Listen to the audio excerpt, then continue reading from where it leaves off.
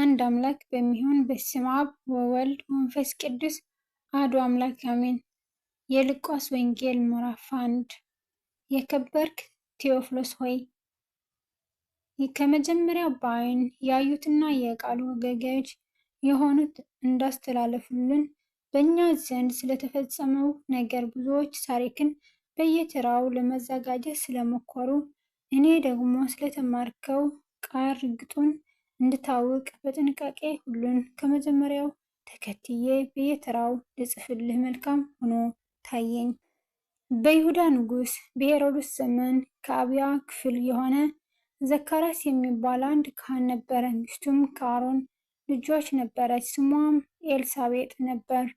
ሁለቱም በጌታ ትእዛዝና ሕግጋት ሁሉ ያለ ነቀፋ እየሄዱ በእግዚአብሔር ፊት ጻድቃን ነበሩ። ኤልሳቤጥም መካን ነበረችና ልጅ አልነበራትም። ሁለቱም በዕድሜያቸው አርጅተው ነበር። እርሱም በክፍሉ ተራ በእግዚአብሔር ፊት ሲያገለግል እንደ ካህናት ሥርዓት ወደ ጌታ ቤተ መቅደስ ገብቶ ለማጠን ዕጣ ደረሰው። በዕጣንም ጊዜ ሕዝቡ ሁሉ በውጭ ቆመው ይጸልዩ ነበር። የጌታም መልአክ በዕጣኑ መሠዊያ ቀኝ ቆሞ ታየው። ዘካርያስም ባየው ጊዜ ደነገጠ፣ ፍርሃትም ተወደቀበት። መልአኩም እንዲህ አለው፣ ዘካርያስ ሆይ ጸሎትህ ተሰምቶልሃልና አትፍራ። ሚስትህ ኤልሳቤጥም ወንድ ልጅ ትወልድልሃለች፣ ስሙንም ዮሐንስ ትለዋለህ። ደስታና ተድላም ይሆንልሃል፣ በመውለዱም ብዙዎች ደስ ይላቸዋል። በጌታ ፊት ታላቅ ይሆናልና የወይን ጠጅና የሚያሰክር መጠጥ አይጠጣም። ገናም በእናቱ ማኅፀን ሳለ መንፈስ ቅዱስ ይሞላበታል። ከእስራኤልም ልጆች ብዙዎችን ወደ ጌታ ወደ አምላካቸው ይመልሳል። እርሱም የተዘጋጁትን ሕዝብ ለጌታ እንዲያሰናዳ የአባቶችን ልብ ወደ ልጆች የማይታዘዙትን ወደ ጻድቃን ጥበብ ይመልስ ዘንድ በኤልያስ መንፈስና ኃይል በፊቱ ይሄዳል። ዘካርያስም መልአኩን እኔ ሽማግሌ ነኝ፣ ሚስቴም በዕድሜዋ አርጅታለች እና ይህን በምን አውቃለሁ? አለው። መልአኩም መልሶ እኔ በእግዚአብሔር ፊት የምቆም ገብርኤል ነኝ፣ እንድናገርህም ይህችንም የምስራች እንድሰብክልህ ተልኬ ነበር። እነሆም በጊዜው የሚፈጸመው ቃሌን ስላላመንክ ይህ ነገር እስከሚሆን ድረስ አፍህን ዲዳ ትሆናለህ፣ መናገርም አትችልም አለው። ሕዝቡም ዘካርያስን ይጠብቁት ነበር። በቤተ መቅደስም ውስጥ ስለዘገየ ይደነቁ ነበር። በወጣም ጊዜ ሊናገራቸው አልቻለም። በቤተ መቅደስም ራእይ እንዳየ አስተዋሉ። እርሱም ይጠቅሳቸው ነበር፣ ድዳም ሆኖ ኖረ። የማገልገሉም ወራት ሲፈጸም ወደ ቤቱ ሄደ። ከዚህም ወራት በኋላ ሚስቱ ኤልሳቤጥ ጸንሳለች እና ነቀፌታዬን ከሰው መካከል ያስወገደልኝ ዘንድ ጌታ በተመለከተበት ወራት እንዲህ አድርጎልኛል ስትል ራሷን 5 ወር ሰወረች። በ6ኛውም ወር መልአኩ ቅዱስ ገብርኤል ናዝሬት ወደምትባል ወደ ገሊላ ከተማ ከዳዊት ወገን ለሆነው ዮሴፍ ለሚባል ሰው ወደ ታጨች ወደ ቅድስት ድንግል ማርያም ከእግዚአብሔር ዘንድ ተላከ። የቅድስት ድንግልም ስም ማርያም ነበር። መልአክም ወደ እርሷ ገብቶ ደስ ይበልሽ፣ ጸጋ የሞላብሽ ሆይ ጌታ ከአንቺ ጋር ነው፣ አንቺ ከሴቶች መካከል የተባረክሽ ነሽ አላት። እርሷም ባየችው ጊዜ ከንግግሩ በጣም ደነገጠች እና ይህ እንዴት ያለ ሰላምታ ነው ብላ አሰበች። መልአኩም እንዲህ አላት፣ ማርያም ሆይ በእግዚአብሔር ፊት ጸጋ አግኝተሻልና አትፍሪ። እነሆም ትጸንሻለሽ፣ ወንድ ልጅም ትወልጃለሽ፣ ስሙንም ኢየሱስ ትይዋለሽ። እርሱ ታላቅ ይሆናል፣ የልዑል ልጅም ይባላል። ጌታ አምላክም የአባቱን የዳዊትን ዙፋን ይሰጠዋል፣ በያዕቆብ ቤትም ላይ ለዘላለም ይነግሣል፣ ለመንግስቱም መጨረሻ የለውም። ማርያምም መልአኩን ወንድ ስለማላውቅ ይህ እንዴት ይሆንልኛል? አለችው። መልአኩም መልሶ እንዲህ አላት፣ መንፈስ ቅዱስ በአንቺ ላይ ይመጣል፣ የልዑልም ኃይል ይጸልልሻል። ስለዚህ ደግሞ ከአንቺ የሚወለደው ቅዱስ የእግዚአብሔር ልጅ ይባላል።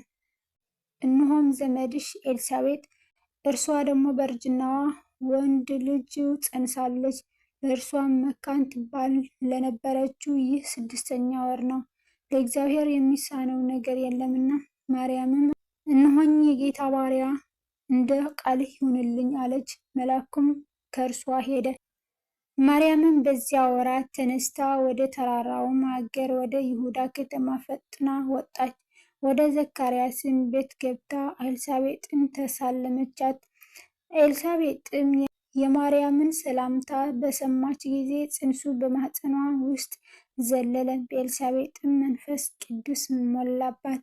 በታላቅ ድምፅም ጮኻ እንዲህ አለች፣ አንቺ ከሴቶች መካከል የተባረክሽ ነሽ፣ የማኅፀንሽን ፍሬ የተባረከ ነው። የጌታዬ እናት ወደ እኔ ትመጣለች ዘንድ እንዴት ይሆንልኛል?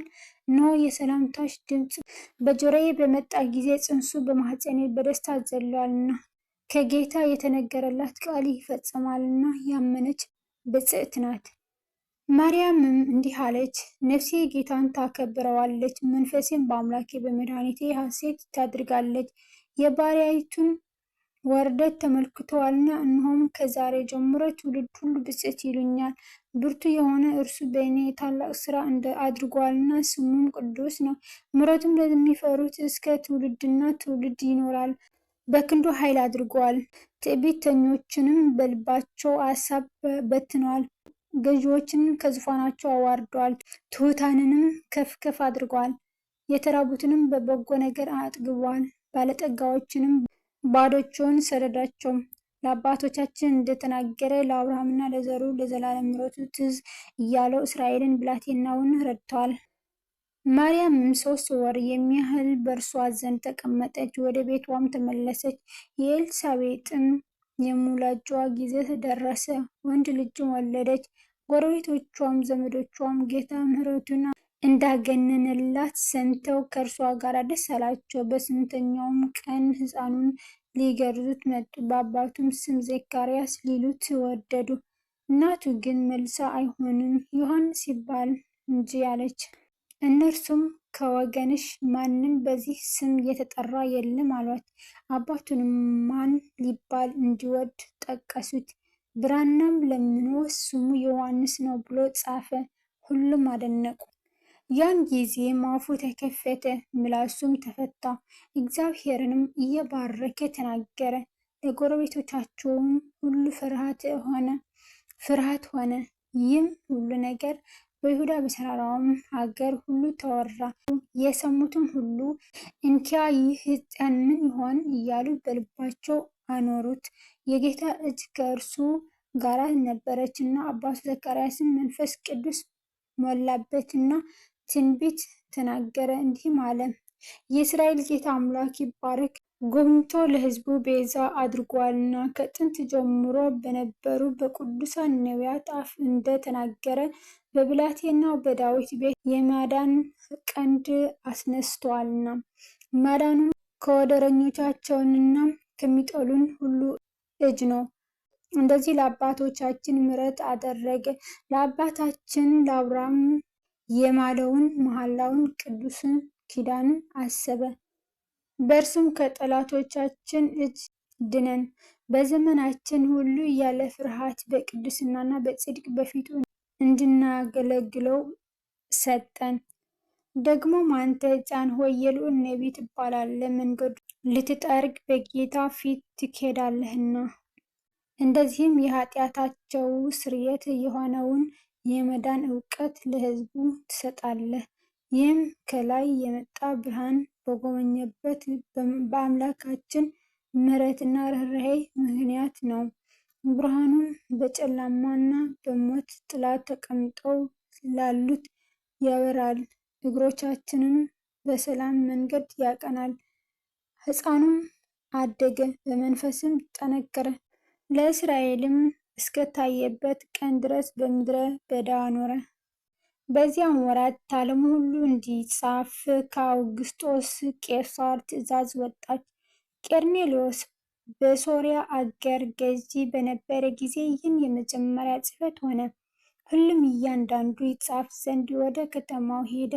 ዮሴፍም ደግሞ ከዳዊት ቤትና ወገን ስለነበረ ከገሊላ ከናዝሬት ከተማ ተነስቶ ቤተልሔም ወደምትባል ወደ ዳዊት ከተማ ወደ ይሁዳ ጸንሳ ከነበረች ከእጮኛው ከቅድስት ድንግል ማርያም ጋር ይጻፍ ዘንድ ወጣ። በዚያም ሳሉ የመውለጃዋ ወራት ደረሰ። የበኩር ልጇንም ወለደች፣ በመጠቅለያም ጠቀለለችው። በእንግዳዎቹም ማደሪያ ስፍራ ስላልነበራቸው በግርግም አስተኛችው። በዚያም ምድር መንጋዎችን በሌሊት ሲጠብቁ በሜዳ ያደሩ እረኞች ነበሩ። እነሆም የጌታ መልአክ ወደ እነርሱ ቀረበ፣ የጌታ ክብርም በዙሪያቸው አበራ፣ ታላቅ ፍርሃትም ፈሩ። መልአኩ እንዲህ አላቸው፣ እነሆ ለሕዝቡ ሁሉ የሚሆን ታላቅ ደስታ የምስራች እነግራችኋለሁና አትፍሩ። ዛሬ በዳዊት ከተማ መድኃኒት እርሱም ክርስቶስ ጌታ የሆነ ተወልዶላችኋልና። ይህም ምልክት ይሆንላችኋል፣ ሕፃን ተጠቅልሎ በግርግም ተኝቶ ታገኛላችሁ። ድንገትም ብዙ የሰማይ ሰራዊት ከመልአኩ ጋር ነበሩ፣ እግዚአብሔርንም እያመሰገኑ ክብር ለእግዚአብሔር በአርያም ይሁን፣ ሰላምን በምድር ለሰውም በጎ ፈቃድ አሉት። መላእክትም ከእነርሱ ተለይተው ወደ ሰማይ በወጡ ጊዜ እረኞቹ እርስ በራሳቸው እንግዲህ እስከ ቤተልሔም ድረስ እንሂድ፣ እግዚአብሔርም የገለጠልንን ይህን የሆነውን ነገር እንይ ተባባሉ። ፈጥነውም መጡ። ማርያምንና ዮሴፍን ሕፃኑንም በግርግም ተኝቶ አገኘው። አይተውም ስለዚህ ሕፃን የተነገረላቸውን ነገር ገለጡ። የሰሙትን ሁሉ እረኞቹ በነገሯቸው ነገር አደነቁ። ማርያም ግን ይህን ነገር ሁሉ በልቧ እያሰበች ጠብቀው ነበር። እረኞቹም እንደተባለላቸው ስለሰሙትና ስላዩት ሁሉ እግዚአብሔርን እያመሰገኑና እያከበሩ ተመልሰው ሊገርዙት 8 ቀን በሞላ ጊዜ በማኅፀን ሳይረገዝ በመልአኩ እንደተባለ ስሙ ኢየሱስ ተብሎ ተጠራ።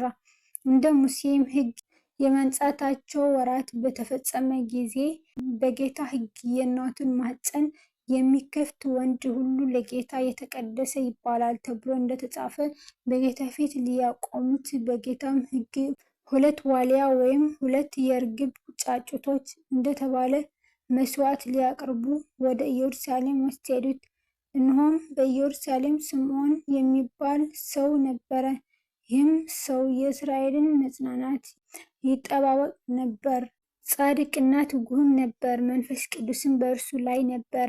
በጌታም የተቀባውን ሳያይ ሞትን እንዳያይ በመንፈስ ቅዱስ ተረድቶ ነበር። በመንፈስ ቅዱስም ወደ መቅደስ ወጣ። ወላጆቹም እንደ ሕጉ ልማድ ያድርጉለት ዘንድ ሕፃኑን ኢየሱስ ክርስቶስን ባስገቡት ጊዜ እርሱ ደግሞ ተቀብሎ አቀፈው። እግዚአብሔርንም እየባረከ እንዲህ አለ፣ ጌታ ሆይ አሁን እንደ ቃልህ ባሪያህን በሰላም ተሰናብተዋል። ዓይኖቼ በሰዎች ሁሉ ፊት ያዘጋጀኸውን ማዳንህን አይተዋልና። ይህም ለአሕዛብ ሁሉን የሚገልጥ ብርሃን፣ ለሕዝቡም ለእስራኤል ክብር ነው። ዮሴፍና እናቱም ስለ እርሱ በተባለው ነገር ይደነቁ ነበር። ስምዖንም ባረካቸው። እናቱንም ቅድስት ድንግል ማርያምንም እነሆ የብዙዎች ልብ አሳብ ይገለጥ ዘንድ ይህ በእስራኤል ላሉት ለብዙዎች ለመውደቃቸውና ለመነሳታቸው ለሚቃወሙትንም ምልክት ተሽሟል። በአንቺም ደግሞ በነፍስሽ ሰይፍ ያልፋል አላት። ከአሴር ወገንም የምትሆን የፋኑኤል ልጅ ሐና የምትባል አንዲት ነቢይት ነበረች። እርሷም ከድንግልናዋ ጀምራ ከባሏ ጋር 7 ዓመት ኖረች። እርሷም 84 ዓመት ያህል መበለት ሆና በጣም አርጅታ ነበር። በጾምና በጸሎት ሌሊትና ቀን እያገለገለች ከመቅደስ አትለይም ነበር። በዚያችን ሰዓት ቀርባ እግዚአብሔርን አመሰገነች። የኢየሩሳሌምንም ቤዛ ለሚጠባበቁ ሁሉ ስለ እርሱ ትናገር ነበር። ሁሉንም እንደ ጌታ ሕግ ከፈጸሙ በኋላ ወደ ገሊላ ወደ ከተማቸው ወደ ናዝሬት ተመለሱ። ሕፃኑም አደገ፣ ጥበብም መልቶበት በመንፈስ ጠነከረ። የእግዚአብሔርም ጸጋ በእርሱ ላይ ነበረ። ወላጆችም በየዓመቱ በፋሲካ በዓል ወደ ኢየሩሳሌም ይወጡ ነበር። የ12 ዓመት ልጅ በሆነ ጊዜ እንደ በዓሉ ሥርዓት ወደ ኢየሩሳሌም ወጡ።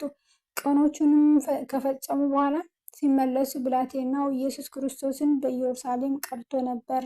ዮሴፍም እናቱም አላወቁም ነበር። ከመንገደኛዎች ጋር የነበረ ስለመሰላቸው የአንድ ቀን መንገድ ሄዱ። ከዘመዶቻቸውም ከሚያውቋቸውም ዘንድ ፈለጉት። ባጡትም ጊዜ እየፈለጉ ወደ ኢየሩሳሌም ተመለሱ። ከ3 ቀን በኋላ በመምህራን መካከል ተቀምጦ ሲሰማቸውም ሲጠይቃቸውም በመቅደስ አገኙት። የሰሙትንም ሁሉ በማስተዋልና በመልሱ ተገረሙ። ባዩትም ጊዜ ተገረሙ። እናቱም ልጄ ሆይ ለምን እንዲህ አደረግብን? እነሆ አባትህና እኔ እየተጨነቅን ስንፈልግህ ነበርና አለችው። እርሱም ስለምን ፈለጋችሁኝ?